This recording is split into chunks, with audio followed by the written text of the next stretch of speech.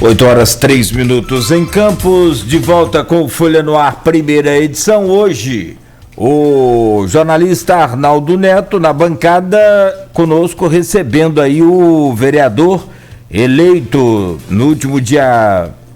Foi no primeiro turno, eu ia falar dia 29, foi no último dia 15 de novembro, Nildo Cardoso, pelo partido PSL, que retorna à Câmara Municipal. Arnaldo, voltamos com você já deixou a pergunta aí pronta para esse início de bloco aí, então voltamos com você. Só lembrando rapidinho, deixar mais espaço para o Nildo falar, perguntei sobre essa questão da composição do PSL, como que foi todo esse processo, que houve intervenção, o presidente era o Bruno Viana, filho do deputado Gil Viana. Nildo chega, há uma intervenção, assume a presidência. Como que foi esse processo, Nildo? E como que está a situação hoje dentro do partido? Bem, eu vou falar um pouquinho vou concluir lá, Arnaldo, a questão do SEASCAM, para que as pessoas que estão assim, bastante interessadas na questão da agricultura, precisa pôr uma coisa na cabeça, que eu fui questionado na época pelo prefeito, por que Campos iria plantar se nós não teríamos como consumir toda essa produção. 16 milhões de pessoas moram no Rio de Janeiro e na periferia, Baixada, São Gonçalo, Niterói e tal, e por aí vai. Eles consomem, eles comem. Então nós precisamos plantar porque lá tem mercado para absorver, independente do Espírito Santo, parte de Minas e tal. E dizer o seguinte, a questão da documentação, hoje existe uma escritura que entre 2017 e 2018 nós conseguimos, a qual eu quero agradecer a Mansur, Sérgio Mansur, que contribuiu muito, porque aquele espaço era da família dele. E ele contribuiu muito para que nós conseguíssemos, em definitivo, uma escritura que não existia. Então, só para a gente deixar claro que hoje aquele imóvel está em nome da Prefeitura Municipal de Campos, portanto, em condições de receber verba do governo federal. Bem, agora, com relação à sua pergunta, é uma pergunta interessante que, assim como eu tenho falado às vezes com o próprio Cláudio Nogueira, tem coisas que eu não aviso quando eu vou falar e hoje Campos vai saber de uma verdade. A gente chega a um certo tempo de vida pública e também de vida, né, de idade, de experiência, que não dá para você tomar duas voltas, né? Você pode tomar uma volta, mas duas voltas, só se o cara for muito burro, né, na maneira de expressar, né, naquele linguajar popular. Quando eu tive acesso, filiado ao partido e acordado com o saudoso deputado Gil Viana, em dezembro, quando eu ingressei no PSL, conversando no Farol de Santo Tomé, ele falou, olha, a vaga é sua, porque o próprio Felício tinha pedido duas vagas para Campos. Uma seria para o primo dele, o Rogério, e a outra seria para Nildo Cardoso. Mas, para minha surpresa, faltando ali 3 semanas para o processo, já para a convenção, eu tive acesso a algumas informações privilegiadas e também a relação dos pré-candidatos do partido em um grupo de WhatsApp que foi formado à época, na qual eu tive acesso, constavam os 26 nomes dos vereadores dos pré-candidatos, na qual o meu nome e o nome de Neném não estavam, entre os homens. E as mulheres, estavam lá as 12 mulheres. Aí, com isso, nós fizemos contato com o deputado e falei com o deputado que, olha, está acontecendo isso e isso. Participamos de uma reunião aqui em Campos, na qual o Bruno estava presente, e dali para frente surgiu o convite, na qual eu aceitei, porque na minha maneira de entender, e eu já consolidei isso depois da eleição, o nosso nome não estaria, com certeza, entre os 26 candidatos homens para o PSL. E aí eu já tomei uma volta em 2008 e não tomaria em 2020. Certo?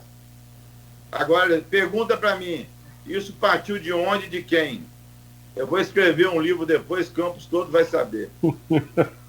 Essa história de escrever livro tá ficando já cansativo. E todo mundo tá escrevendo livro para revelar os bastidores, sem que vai ter tanta gente para ler assim. Não, quem começou foi Sérgio Diniz, mas infelizmente eu perdi meu amigo Sérgio Diniz, que já tinha começado com um episódio de 2008, na qual ele também estava incluso. Era ele, ele, Ailton e Álvaro César. Ficamos fora do processo de 2008. E lá foi qual partido isso? Resolvemos escrever o livro dos bastidores, os bastidores das quatro paredes. Mas isso vai acontecer daqui a pouco. Esse episódio foi em qual partido que você está lembrando? PSDB na época. Nildo, e o PSL? O PSL acabou por uma conjuntura no aspecto nacional meio estranha, né? Com o PSL, que é um partido que elegeu o presidente Bolsonaro, embora haja uma cisão entre o PSL e o Bolsonaro, então um partido de direita, e esse partido junto com o PDT, né, um partido de esquerda. Como que se formulou essa composição? E qual o seu papel nessa composição do PSL com o PDT em Campos? Nenhuma. A decisão veio de cima para baixo. A decisão não foi tomada aqui em Campos. A decisão foi tomada do diretório nacional, acordando com o diretório regional. Mas praticamente foi a decisão do diretório regional. Agora a gente acompanhando a eleição, o desenrolar da eleição, não pareceu muito presente o apoio do PSL ao candidato do PDT. Foi isso mesmo? Inclusive, por exemplo, o filho de Gil Viana, particularmente, não vi pedindo voto para Caio, até por uma questão particular que eu acho que você conhece, né, o problema que teve entre Caio e Gil. Gil foi vice de Caio em 2016. Até mesmo na TV, poucas inserções, vi uma ou duas inserção sua, até eu fiz uma cirurgia naquele período, assisti muito TV aberta aqui em Campos, então eu estava assistindo as inserções, e poucas inserções suas, inclusive, no horário político do PDT e do PSL. Houve isso mesmo? Houve um afastamento ali no decorrer da campanha? Não, a situação já rompeu no início, não foi no decorrer. Aconteceu no início, porque eu tinha um grupo já fechado lá com o Vladimir, desde o primeiro turno, antes da convenção. Antes da convenção tinha acontecido. E o Gugel, que é o presidente do diretório estadual, já vinha costurando esse entendimento de apoiamento à candidatura de Vladimir. Chegando um pouco à frente, ficou liberado através disso de boca, não poderia ser no papel, mas aconteceu de boca, o papel veio com a coligação com Caio, do PDT, mas aconteceu lá exatamente um compromisso lá do diretório estadual para não prejudicar nem interferir na decisão que havia sido tomada antes do falecimento de Gil. E aí foi respeitado, pelo menos em memória a Gil, foi respeitada essa decisão. Agora, e a postura do PSL agora na próxima legislatura, né? Tem você e o Gil, o Bruno, desculpa, você e o Bruno, que foram eleitos, são duas cadeiras. O PSL vai adotar alguma postura partidária? Vocês vão caminhar de forma independente? Qual vai ser a postura do PSL? Você vai novamente figurar na oposição, como historicamente acontece aí nos seus mandatos? Como vai ser o início do mandato seu e do PSL? Olha, nós vivemos um momento totalmente diferente de todos os anteriores. O meu primeiro mandato em 2000, o Reut estava decolando. Você lembra disso? O governo de Arnaldo. Depois pegamos o governo de Mocaibe, também o Reut bombando. Pegamos o governo de Rosinho II, os Reut também bombando, e também a questão do empréstimo adquirido no mesmo período. Hoje, nós temos uma receita comparada a 6 anos atrás de 1 bilhão a menos. Isso quer dizer que hoje nós temos que tratar de campo de uma forma diferente. Nós não podemos chegar lá, nós vamos ser oposição, que você vai encontrar, vai bater todo dia. A saúde está mal, a educação está mal, as ruas esburacadas, os lixos empilhados em tudo quanto é canto da cidade. Então, hoje, eu acho que a gente tem que pensar em agregar, entendeu? Propor uma coisa diferente para a cidade, né? Pela experiência que nós temos. Vamos propor alguma coisa diferente. Eu só espero que alguém ouça, né, as propostas que a gente tem pela experiência que nós temos. Com relação ao vereador Bruno, eu acho que ele que tem que falar, apesar de ser novo. Eu tive a oportunidade essa semana de estar com ele por 2 vezes e converso com ele todos os dias, e a gente vai tentar, naturalmente, ser coerentes nas nossas atitudes e agir enquanto membro do partido, mas jamais interferindo nas decisões dele, porque ele que tem que tomar as decisões, e naturalmente, se tiver que responder alguma coisa diferente, ele vai ter que responder isso aí à regional, certo? E não ao diretório municipal. Por quê?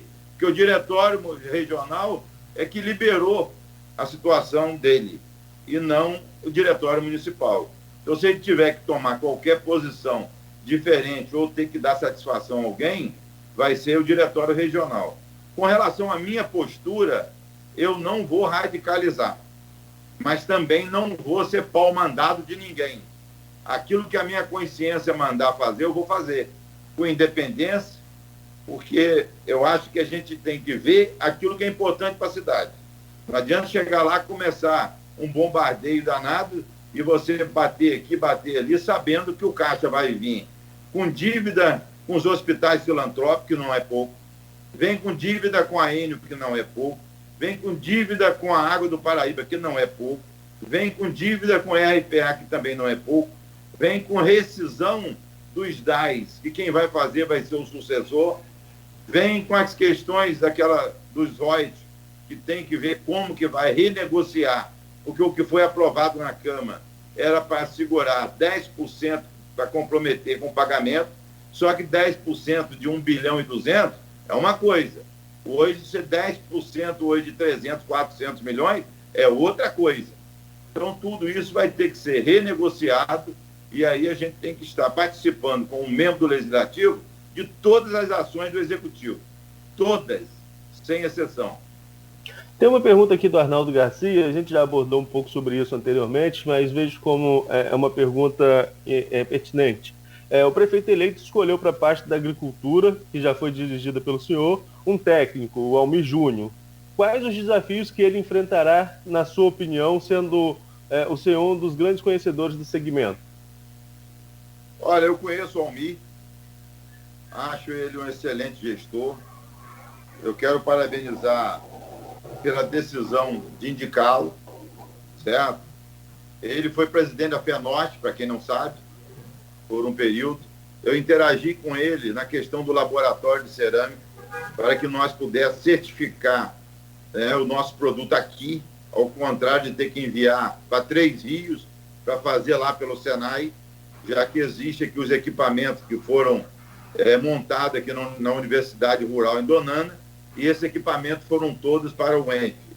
Então, nós interagimos na época para que pudesse construir esse laboratório ali na entrada de Tocos, onde funciona o solar do colégio. Só que ali foi impedido por ser um prédio tombado pelo patrimônio histórico e que no entorno dele não poderia fazer nenhuma obra. Aí veio para a UENF. E aí eu conheço e tive contato com ele por várias oportunidades. A escolha foi boa, mas eu acho que junto ao técnico tem que ter um prático, porque nós precisamos do homem de campo para poder atuar. As questões dos canais, eu acho que não deveria ser direcionado para o meio ambiente, apesar do meio ambiente ter responsabilidade dentro da cidade, mas, na minha opinião, os canais hoje ele é fundamental para o interior e deveria continuar na pasta da agricultura, porque é exatamente para irrigar, é exatamente para você tirar o excesso da água, como aconteceu em Cambaíba aí durante o ano passado, com excesso de água. Então, na realidade, eu acho uma pasta importante e que não saia da cabeça dele aquele projeto SESCAM. É só isso. Agora, você vê a agricultura, já apontou a agricultura aí como uma grande saída econômica para essa crise econômica de Campos e dá exemplos de como isso pode acontecer. E, na sua opinião, agora como vereador, como colaborar para que outras vertentes possam produzir mais e que Campos tenha um respiro nessa questão econômica? A agricultura é uma bandeira. Quais são as outras que podem salvar Campos desse período econômico de crise que o município vem passando? Olha, sozinha não. Mas, na minha opinião, é um ponto de partida. Não adianta pensar que a agricultura sozinha vai resolver, que não vai. A reativação da usina Paraíso, que está prevista para 22, também é uma parte da agricultura importante.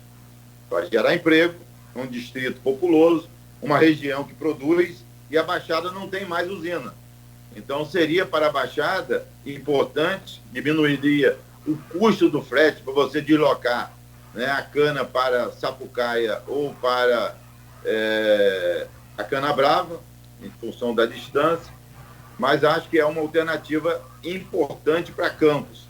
Agora, como eu falei anteriormente, precisa de ter o Almir como técnico e precisa de ter um apoio de campo importante para que a gente possa reativar e trazer principalmente o governo federal para dentro, que não aconteceu no governo de Rafael Diniz.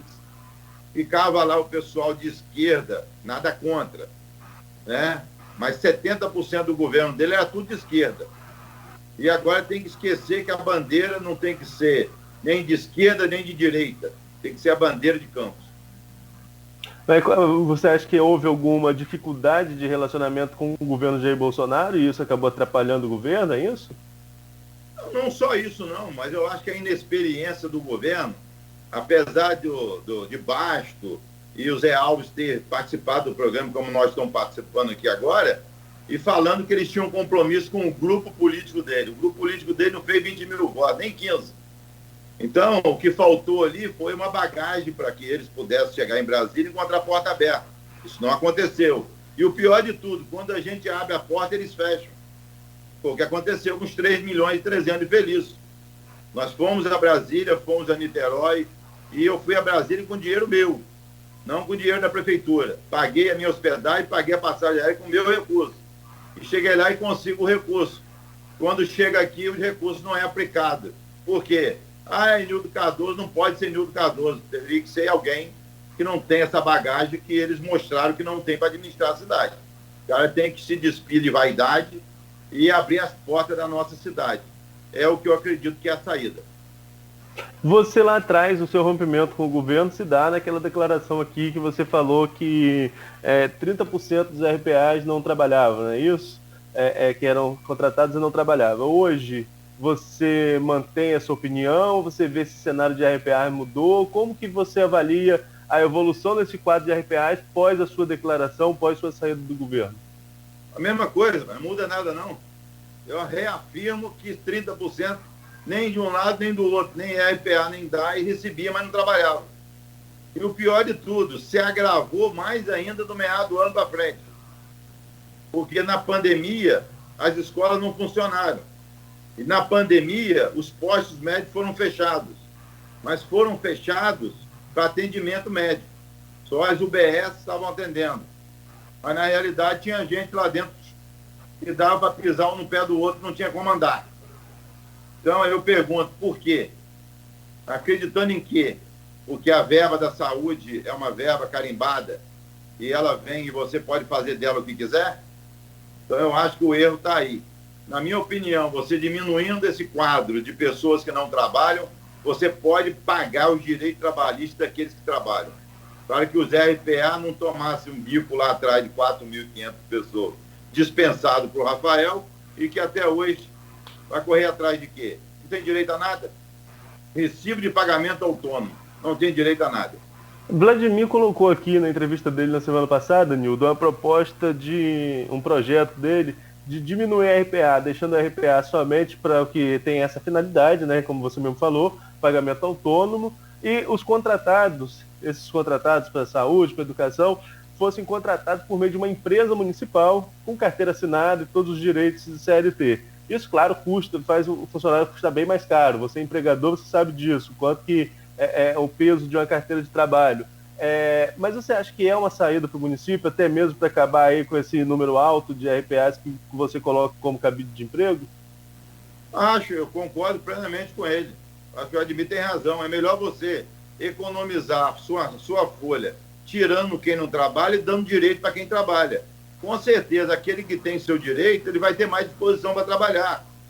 Onde você chega lá e encontra 10 trabalhando, ou seja, fazendo de conta que trabalha, né? Já que tem 3 ou 4 que ficam em casa, é melhor você ter 5 com direito adquirido.